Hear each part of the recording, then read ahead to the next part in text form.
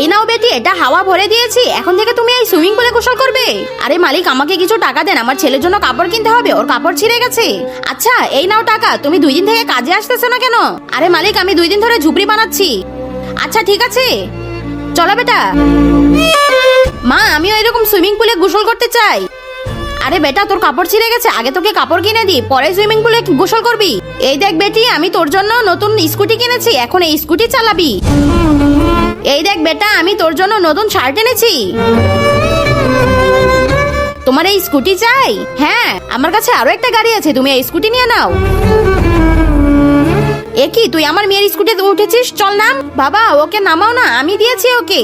এটা আমি তোকে দিয়েছি, তুই ওকে কেন দিয়েছিস? বাবা, তুমি আমাকে স্কুটি কেন দিয়েছো? তার আগে তুমিও যদি চাও তোমার মা 100 বছর বেঁচে থাকুক, তাহলে ভিডিওটিতে একটি লাইক এবং চ্যানেলটি সাবস্ক্রাইব করে দাও। আর হ্যাঁ, লাইক সাবস্ক্রাইব তারাই করবে যারা মাকে মন থেকে ভালোবাসে। বেটি, আমি তোর খুশির জন্য দিয়েছি। বাবা, ভাইয়া চালালেই আমি খুশি হব। ঠিক আছে বেটি। বন্ধুরা, তোমরা বাবাকে কে কে ভালোবাসো চ্যানেলটি সাবস্ক্রাইব করে কমেন্টে লিখে জানাও।